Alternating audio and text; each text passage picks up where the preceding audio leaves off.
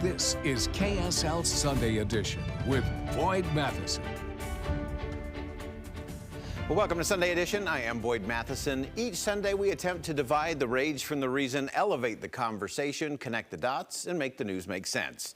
We have conversations with great thinkers, great leaders, and great people making a difference. We talk politics so we can discuss social commentary. We explore society so we can discuss principles and the people around the world who actually live them. We bring the best and brightest to Utah, and we send the Utah model to our nation's capital and beyond. Well, on Thursday evening, the Jewish celebration of Hanukkah, or Festival of Lights, began around the world.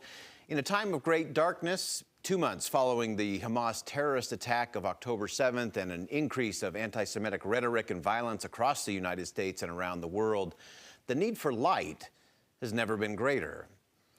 Avremi Zippel is Utah's homegrown rabbi. He's a survivor of abuse, an advocate and a voice for the voiceless, the weak and the weary, and a treasure and trusted leader in our community. And Rabbi Zippel, we welcome you to Sunday Edition. Good morning, Boyd. Happy Hanukkah. Thank you for having me. Yeah, and happy Hanukkah to you. As we look at the things going on in the world, I want to start there.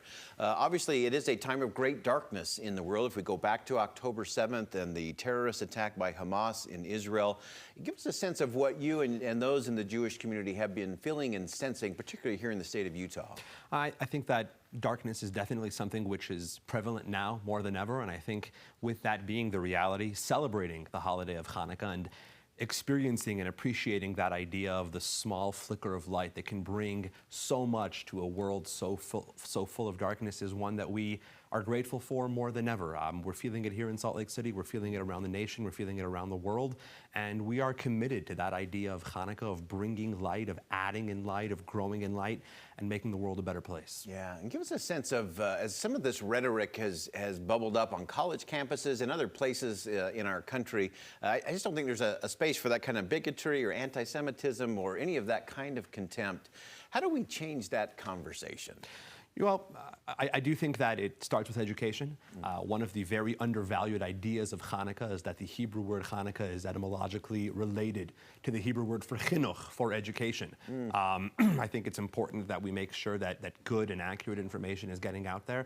I think most importantly, it's vital that we in the Jewish community not be intimidated by the darkness. I think that Hanukkah reminds us more than anything of the fact that we have not been strangers to this idea of world powers standing against us and not having our back.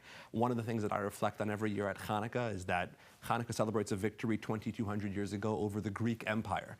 And I don't know if you've heard of the Greek Empire recently. I don't know if you've perceived them as some sort of global threat, but the Greek Empire in their time, 2,200 years ago, stood against the Jewish people. And now I hear Greece is a lovely place to visit and they've got really good beaches, but they're not a global empire anymore, and the Jewish people are still here. And we believe that attitude and that commitment to our future will continue to sustain us. Yeah, and help us to navigate through that. Just the feeling of uncertainty, even that lack of safety, I think, for some in the community.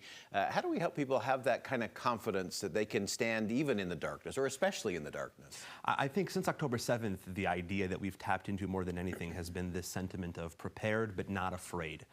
Something very seminal to Jewish thought. The Talmud expresses itself by saying, how does a Jewish farmer go about planting his crops? And the Talmud says, he believes in the source of all life, and then he sows seeds. The idea being that for a Jew, our connection to spirituality, to God, being the source of all that we have, is something which we're always mindful of. And yet we also have to plant. We also have to sow seeds and try to grow our crops. And so our attitude has been prepared, enhancing security measures, taking precautions, being wise about things, but never afraid, never cowering in the face of anti-Semitism or bigotry or hatred, and in fact only adding and increasing in light. Oh, I love that. You always say confidence is never arrogance, and real confidence comes when you have respect for the challenge, but you're ready for the task, and you have a plan, and you have hope and confidence in the future. I love that framing of that. You have been an advocate and a voice for the voiceless in many different ways, and whether that's those who have suffered from abuse or those who are being targeted by anti-Semitic rhetoric. What is it that we should be listening for, especially for those who might be a little weary, who might be struggling during this season? I think that more than anything, what we can do is we can be ready to be a listening ear for those that, for them, we're celebrating Hanukkah, the winter holidays are around the corner. It's a time where people want to feel connection, they want to feel close to their family, to their loved ones, to their communities.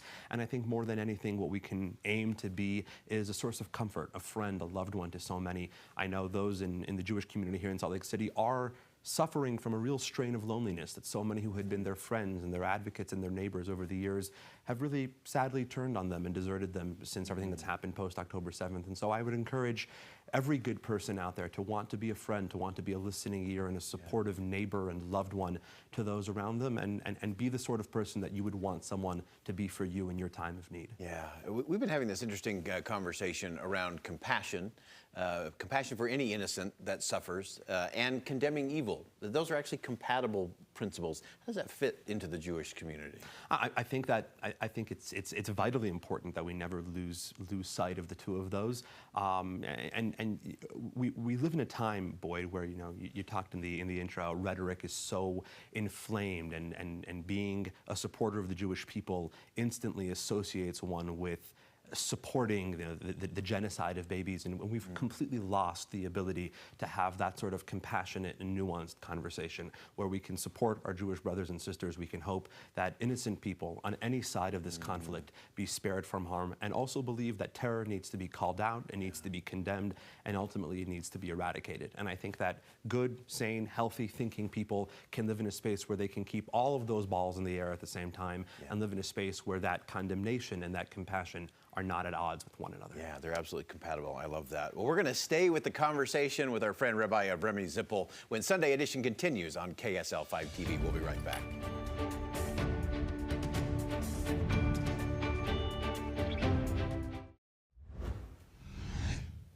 Well, welcome back to Sunday Edition. We are staying with the conversation with our friend Rabbi Avremi Zippel. And Rabbi Zippel, as we move into Hanukkah again, which began on Thursday this week, give us, for those who aren't as familiar, in terms of what are we really focusing on and why?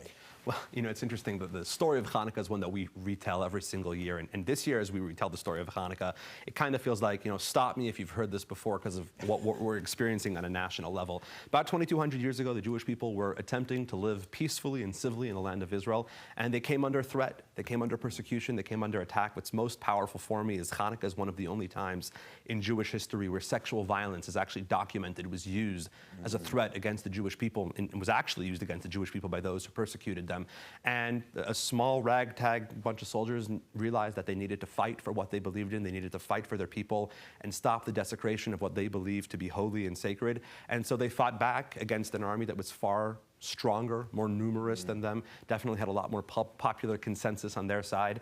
And they reclaimed the holy city of Jerusalem and attempted to rededicate the Holy Temple. And as the famous story goes, they found only one small cruse of oil which had sufficient light to burn for one day. The process to procure new oil would take 8 days. And they lit that small cruse of oil, and miraculously it burned for 8 days. And so we celebrate this 8-day holiday, and every night increasing in light, adding another candle on our menorah and continuing to add and increase and bringing more light to the world. Yeah, and I love that it's a progression of increasing light, not decreasing. You think you were kind of holding on and saving, but it was really an expansion of light over those days. And never being satisfied.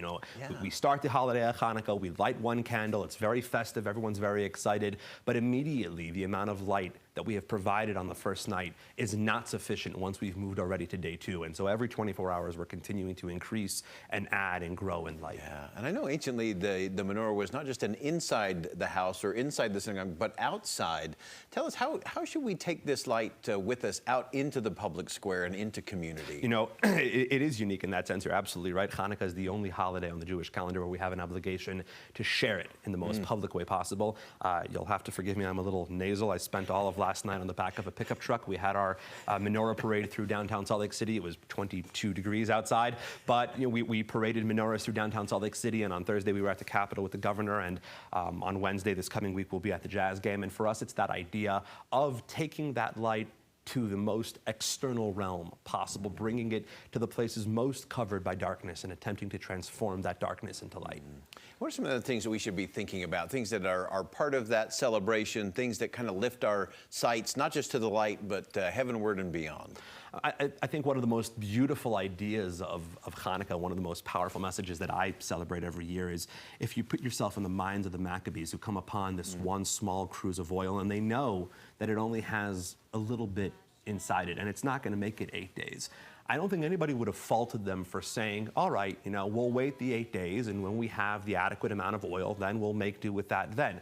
They lit that small cruse of oil believing that they were going to do their part and let the miracles unfold on their own. And I think that Hanukkah is the time of year which gives each of us the opportunity to put ourselves in the shoes of those Maccabees, of those soldiers, and remind ourselves to do our small, what might seem insignificant part, and let the miracles unfold on their own. Take it from there and let God do his. Yeah, I think that's such an important thing in our world today is sometimes we say, well, I can't solve this, or I can't go to the Middle East, or I can't, end world hunger or cure cancer today.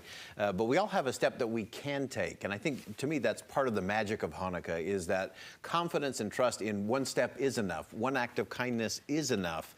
Give us some sense in terms of how that happens in homes and in our community. I think, to your point, in living in a time of global conflict and living in a time of such intense public feuding and there being such space between so many people, there can definitely be that sentiment of what am I able to accomplish in my small space of life? And I think it's that belief that we celebrate and we renew our faith in every Hanukkah, that no one's expected to do all of it on their own. And in fact, that ultimately becomes God's role to make the big change. It's our job to do our small part, bring light to our small corner. And hey, maybe you'll only have enough for just a few hours, for just one day.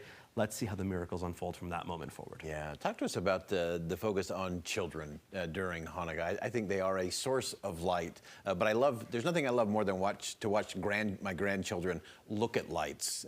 How does that happen in the Jewish community? One of the most powerful moments that I love on Hanukkah is there's a lot of candles, a lot of fire safety at home.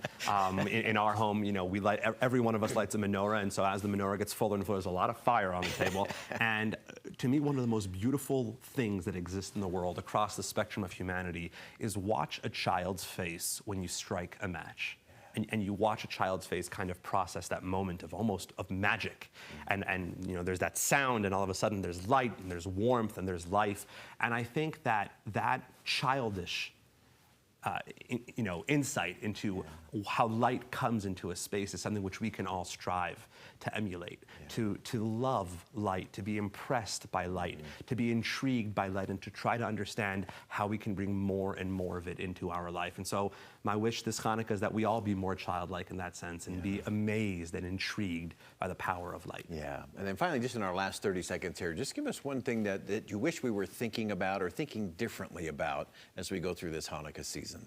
I think that this Hanukkah season, what I'm reminded of is the collective determination to always make sure that good triumphs over evil. I think about the Maccabees who had every reason to throw in the towel and to think to themselves, look, no one's on our side. We're fighting the most powerful army in the world, and I think we're just going to succumb. And there was that inability to allow evil to triumph over good. I think it's something which we celebrate every Hanukkah, and for me personally this year it rings truer than ever, that each and every one of us have an obligation and a determination to make sure that good always triumph over evil when the odds are stacked against us, when we might seem outnumbered and outmaneuvered and out anything. We always make sure that good triumph over evil. Yeah, I love that. Rabbi Avremi Zippel, thank you for bringing your light to us and for being a light kindler in our community. We appreciate that. And we're going to talk more about that when Sunday Edition continues here on KSL 5 TV. We'll be right back. Stay with us.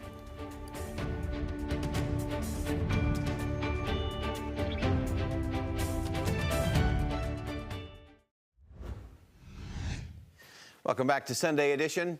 The past several years have been described by many societal observers as a dark winter. In the life of every person, community, and country, dark winters do come. At such moments of darkness, light is more valuable and makes the greatest contribution. December brings with it dark days and bone-chilling winter. for many, recent years have cratered into an Arctic frost of individual isolation and discouragement, combined with a black hole of economic devastation and global upheaval. Yet in the midst of the bleak midwinter, there's light. There is light. Thursday marked the beginning of Hanukkah, with its focus on the miracle of candlelight lasting 8 days when darkness should have prevailed. More than a moment of physical illumination, the light of Hanukkah is centered, captured, and contained in the soul of every woman and every man. Years ago, I was in New York and listened to Rabbi Dr. Meir Soloveichik moving pronounced that the soul of man is the candle of God. It is a powerful and enduring image. The human soul is a candle kindled by the Creator. Like a candle's flame, the soul's sanctity is so easily extinguished when buffeted by the winds of change, by the zeitgeist, by social pressure, or by persecution. And yet, like a flame, the soul, if protected, if sustained, if fueled by freedom, by faith, by courage, contains within it an infinite amount of power that can spark and inspire. I love that inspired and inspiring and illuminating imagery. I worry about so many in our society of every faith and of no faith at all, whose light is running low at the darkest moment and the darkest of winters. Albert Schweitzer rightly pointed out, in everybody's life, at some time, our inner fire goes out. It is then burst into flame by an encounter with another human being. We should all be thankful for those people who rekindle the inner spirit. I have great gratitude for the light kindlers in my life, these extraordinary souls that have come in the form of friends and family, coaches and colleagues, true leaders, and many heroes and heroines from history. The light kindlers are often disguised as ordinary citizens in my community. The light kindlers in my life also include individuals I've never met, whose words or actions have sparked and inspired my inner flame. I've learned from many of my Jewish friends that a Jew cannot be content with merely spreading the light of Torah or mitzvahs in their own home. It's vital that the light kindling spread that light outside, into the street, into the neighborhood, the community, and especially into the hearts of fellow travelers. The Christian world also focuses on light in the dark of winter, of December. The light of a star on the darkest of nights heralded the birth of the light of the Savior of the world. The followers of Jesus were commanded to let their light shine, to be a light to the world, and to reflect the light of their Savior to others. One world religious leader observed, "Light and darkness cannot occupy the same space at the same time. Light dispels darkness. When light is present, darkness is vanquished and must depart. More important, darkness cannot conquer light unless the light is diminished or departs." So light kindlers recognize that it isn't enough to kindle the light in the currently downtrodden or discouraged. They understand that what the world needs is light and an army of light kindlers who are willing to take their light into the darkest of dark places. For the lighting of the 8 candles over the 8 days of Hanukkah, there is a unique, special, and important 9th candle positioned in the center of the menorah. The 9th candle is called the shamash, or servant candle, which is used to kindle the light of the other candles. The shamash is a fitting example of the kind of light kindler that struggling individuals and hurting communities need. Churchill once gave a tribute at the passing of one of his colleagues, saying, "He lighted beacon fires, which are still burning. He sounded trumpet calls whose echoes still call stubborn soldiers to the field." Light kindlers in the form of friends and neighbors, teachers and coaches, colleagues and community members are the light kindlers who can spark such beacon fires in the hearts and lives of those around them. 3 years ago, I interviewed Rabbi Lord Jonathan Sacks before his untimely passing. He was one of the world's most respected and revered moral voices. He is clearly one of the keepers of the flame of moral imagination. With fires raging across the American West at the time, he began our conversation with a glimpse into climate change. Not the kind that comes in the form of extreme weather, but cultural climate change. Rabbi Sacks pointed out that cultural climate change is where symptoms, including divisive politics, inequitable economics, social and racial unrest, threats to free speech, and cancel culture are all intrinsically connected. The results can be catastrophic and can only be corrected through a renewed moral sense. Rabbi Sachs was providing a view that it wasn't light, but heat. The heat of heated political rhetoric and the cancer of contempt that was scorching societal connections, causing a cultural climate change. When the rabbi expanded my view by saying that these symptoms were also creating another equally catastrophic kind of climate change, cold. In other words, an Arctic frost of isolation, loneliness, and despair that is freezing relationships, ruining families, and chilling civil society, and thereby snuffing out the light of hope. Rabbi Sachs pointed out to me on one such particular solution. He said, one way to conceptualize the change needed is by moving from a social contract, which invites us to think about what we can gain, to a social covenant, which invites us to think about the impact we can have on others. A contract is a transaction focused on interests and who benefits. A covenant is a relationship focused on identity and what can be transformed. When we focus on identity and what can be transformed, we transcend seeing struggling individuals and failing neighborhoods as liabilities to be managed and can begin to see them as individuals with infinite potential and communities of opportunity to be developed. Such a society will embrace the idea that free markets and financial success are unsustainable and worth but little without the light of social capital and moral economics. Rabbi Sachs noted that without a robust, light-providing civil society, we will lose not just money and jobs, but something more significant still: freedom, trust, and decency, and the things that have value, not a price. Rabbi Sachs kindled the light in me that continues to illuminate and challenge my thinking still today. Albert Schweitzer was correct. In everybody's life, at some time, our inner fire goes out. It is then burst into flame by an encounter with another human being. We should all be thankful for those people who rekindle the inner spirit. Recent years can indeed be described as a dark winter of struggle and strife, but like those who share the light of Torah and mitzvahs from their homes and allow it to shine into their streets, neighborhoods, and communities, we can all strive to be light kindlers for our fellow travelers. We can all make sure that this dark winter of 2023 is remembered as a season of light. Well, that wraps up Sunday edition. I'm Boyd Matheson. Thanks for joining us. And as always, as you go out into the world today, make sure you see something that inspires, say something that uplifts, and do something that makes a difference. Music and the spoken word is next.